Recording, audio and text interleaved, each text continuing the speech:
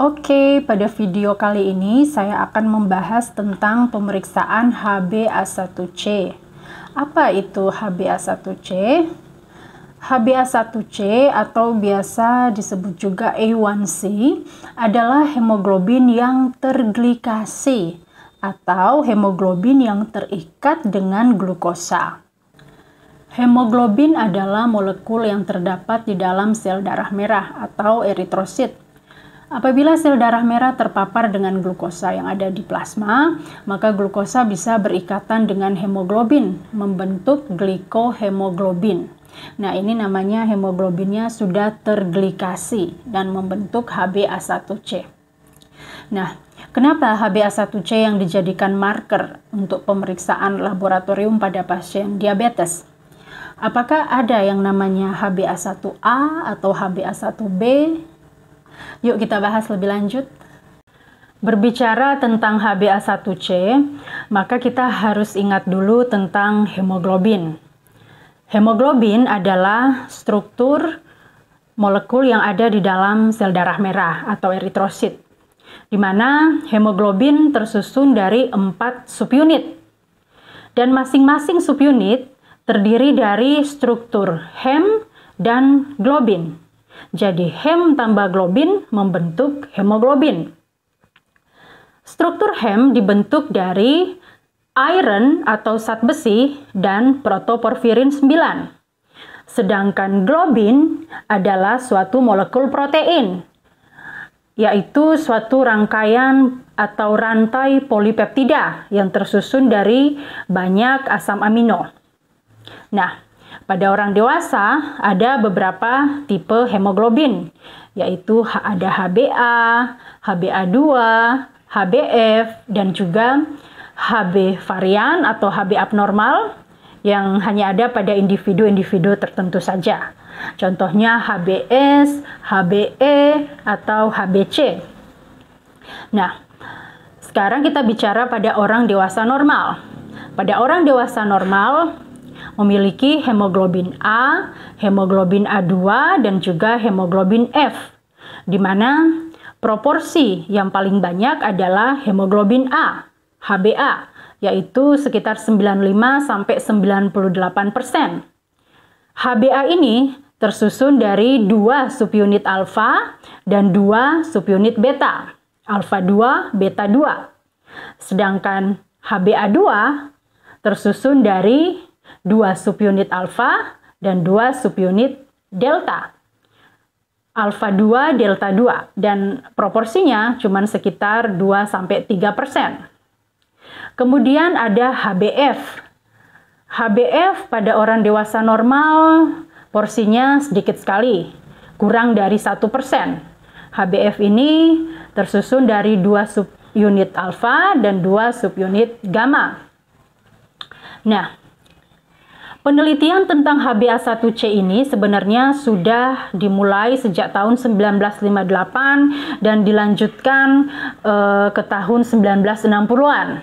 Nah, pada saat itu para ilmuwan mereka melihat ya, setelah melakukan elektroforesis pada HbA, mereka mendapatkan ada 2 fraksi dari HbA, yaitu ada HbA0 dan HbA1. HbA1 ini adalah Hb yang sudah terglikasi. Namun proporsi dari HbA1 ini hanya sekitar 6-7%. Nah, setelah diteliti lebih lanjut, ternyata HbA1 ini memiliki beberapa subfraksi, yaitu HbA1A1, HbA1A2, HbA1b, dan juga HbA1c. Nah, HbA1A1 adalah Hb yang terglikasi dengan fruktosa 1 bifosfat. Sedangkan HbA1A2 adalah Hb yang terglikasi dengan glukosa 6 fosfat. HbA1b adalah Hb yang terglikasi dengan asam pirufat. Dan HbA1c adalah Hb yang paling banyak terglikasi dengan glukosa. Nah, oleh karena HbA1c ini adalah Hb yang paling banyak terglikasi dengan glukosa, maka HbA1c ini dikembangkan dan dijadikan marker sebagai pemeriksaan laboratorium untuk pasien diabetes. Seperti itu. Nah, bagaimana sintesis HbA1c? Berikut ini penjelasannya. Jadi ini adalah sel darah merah atau eritrosit. Di dalamnya terdapat hemoglobin atau HbA, yang mana HbA tersusun dari 2 rantai alfa dan 2 rantai beta. Nah, rantai beta ini memiliki asam amino N-terminal valin. Dan si glukosa ini akan berikatan dengan N-terminal valin pada rantai beta melalui suatu reaksi non-enzimatik. Dan reaksi ini disebut sebagai reaksi Maillard atau Maillard reaction. Reaksi ini berlangsung cepat dan akan membentuk Schiff base atau disebut juga labil aldimin atau labil A1C. Reaksi pada tahap awal ini masih bersifat reversible, jadi ikatannya masih labil dan masih bisa terdisosiasi. Namun reaksi ini bisa lanjut pada tahap berikutnya yang disebut dengan Amadori rearrangement, yaitu membentuk suatu ikatan ketoamin yang stabil dan produknya adalah HbA1c. Jadi reaksi Amadori ini berlangsung lambat namun bersifat irreversible dan produk yang terbentuk bersifat stabil. Jadi HbA1c ini akan tetap berada di dalam eritrosit sampai masa hidup eritrosit selesai atau sampai eritrosit dihancurkan di dalam tubuh. Kita tahu bahwa masa hidup eritrosit adalah sekitar 3 sampai 4 bulan. Oleh karena itu, HbA1c ini bisa menggambarkan kadar rata glukosa darah selama 3 bulan terakhir. Seperti itu. Selanjutnya, bagaimana dengan penderita diabetes? Nah, pada penderita diabetes terjadi defisiensi insulin ataupun resistensi insulin, di mana insulin tidak mampu untuk memobilisasi glukosa untuk masuk ke dalam sel, sehingga kadar glukosa di dalam darah menjadi tinggi. Nah, hal ini menyebabkan sel darah merah akan banyak terpapar dengan glukosa, sehingga hemoglobin akan banyak yang terglikasi. Hal ini akan menyebabkan HbA1c meningkat pada pasien diabetes. Mengapa pemeriksaan HbA1c ini penting untuk dilakukan? HbA1c menggambarkan rata kadar glukosa darah dalam waktu 3 bulan terakhir sebelum tes dilakukan. Pemeriksaan ini penting dilakukan untuk menunjang atau menegakkan diagnosis diabetes, untuk menilai efek terapi pada pasien diabetes, terkendali atau tidaknya penyakit diabetes, dan merupakan salah satu indikator progresivitas terjadinya komplikasi pada diabetes. Pasien diabetes harus melakukan pemeriksaan HbA1c setiap 2-3 bulan untuk memastikan apakah kadar glukosanya terkontrol atau tidak. Pemeriksaan HbA1c yang kita lakukan di laboratorium menggunakan sampel whole blood atau darah utuh ya, darah penuh. Nah, kenapa kita menggunakan whole blood? Karena tentu saja yang kita cari adalah eritrosit ya. Kita butuh eritrositnya karena di dalamnya ada hemoglobin, ada HbA1c ya. Jadi kita gunakan sampel whole blood. Bisa dari darah vena dan ada juga yang menggunakan sampel darah kapiler. Antikoagulan yang digunakan biasanya antikoagulan EDTA. Pemeriksaan HbA1c ini tidak perlu puasa, jadi tidak ada persiapan khusus. Untuk metode pemeriksaannya bisa menggunakan high performance liquid chromatography, electrophoresis, boronate affinity chromatography, ataupun immunoassay. Ini adalah alur pemeriksaan di laboratorium, tidak terlalu ribet, jadi ada pengambilan sampel, kemudian pemeriksaan HbA1c pada alat, kemudian validasi hasil.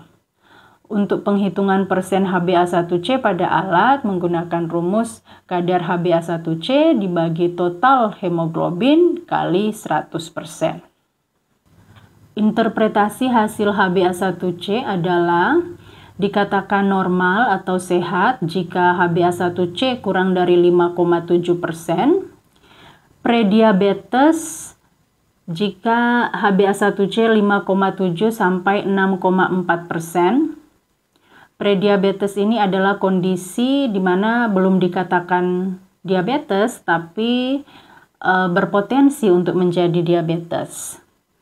Kemudian dikatakan diabetes jika HbA1c lebih dari sama dengan 6,5%. Nah, HbA1c ini kan menggambarkan rata kadar glukosa darah dalam 3 bulan terakhir. Nah, ini adalah tabel HbA1c dan estimasi glukosa rata-rata. Jadi, misalnya HbA1c yang diperiksa hasilnya 8%.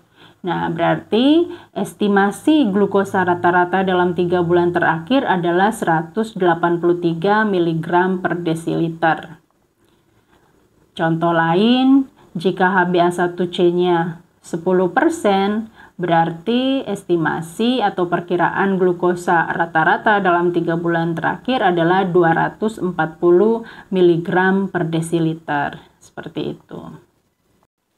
Pada pasien diabetes yang sementara menjalani terapi, target HbA1c adalah kurang dari 7% atau individual. Jadi akan diputuskan oleh dokter yang menangani. Pada pasien usia lanjut, target terapi HbA1c antara 7,5 sampai 8,5%. Hal ini bertujuan untuk mengurangi progresivitas risiko terjadinya komplikasi. Komplikasi pada diabetes antara lain gangguan penglihatan sampai bisa terjadi kebutaan, kemudian kerusakan ginjal, kerusakan saraf, ulkus atau luka diabetes. Nah, apa keuntungan atau kelebihan dari pemeriksaan HbA1c ini dibandingkan dengan pemeriksaan kadar glukosa darah? Yang pertama, pemeriksaan HbA1c ini tidak perlu puasa, jadi tidak ada persiapan khusus. Kemudian bisa dilakukan kapan saja, bisa pagi, siang, malam, ya. Tidak dipengaruhi oleh fluktuasi kadar glukosa darah pada saat pemeriksaan dilakukan. Kemudian tidak dipengaruhi oleh stres dan juga exercise. HbA1c stabil di dalam sampel darah dan hanya perlu 1 kali pengambilan darah atau single sample. Berbeda jika kita melakukan pemeriksaan glukosa darah 2 jam postprandial, 2 jam PP, ya, itu kita harus melakukan 2 kali pengambilan darah. Begitu juga kalau kita melakukan pemeriksaan tes toleransi glukosa oral, ya. Jadi ada pengambilan darah sebelum beban glukosa dan juga setelah beban glukosa, ya. Tapi kalau HbA1c ini cukup 1 kali saja pengambilan darah, ya, single sample. Jadi cukup nyaman lah buat pasien. Kemudian pemeriksaan HbA1c ini menggambarkan ya rata kadar glukosa darah dalam waktu 2-3 bulan, kemudian digunakan untuk menegakkan diagnosis diabetes, menilai efek terapi dan rencana perubahan terapi, serta memprediksi risiko komplikasi diabetes. Selain kelebihan-kelebihan tersebut, pemeriksaan HbA1c juga memiliki keterbatasan, di mana hasil HbA1c bisa dipengaruhi oleh beberapa kondisi seperti anemia hemolitik, hemoglobinopati, riwayat transfusi darah dalam 2-3 bulan terakhir, penyakit ginjal kronik, perdarahan berat, serta keadaan lain yang mempengaruhi umur eritrosit. Jadi intinya kondisi-kondisi yang bisa memperpendek umur eritrosit. yang seharusnya umur eritrosit 3-4 bulan, tetapi eritrosit dihancurkan lebih awal, sehingga HbA1c-nya akan terbaca rendah palsu. Nah, demikian juga pada pasien yang mendapat transfusi darah, apakah PRC atau whole blood, WB. Nah, pada pasien-pasien ini tentu saja mendapatkan tambahan hemoglobin normal dari donor yang sehat, sehingga hasil pengukuran HbA1c-nya akan terbaca rendah palsu, sehingga tidak bisa menggambarkan kondisi yang sebenarnya dari pasien. Seperti itu.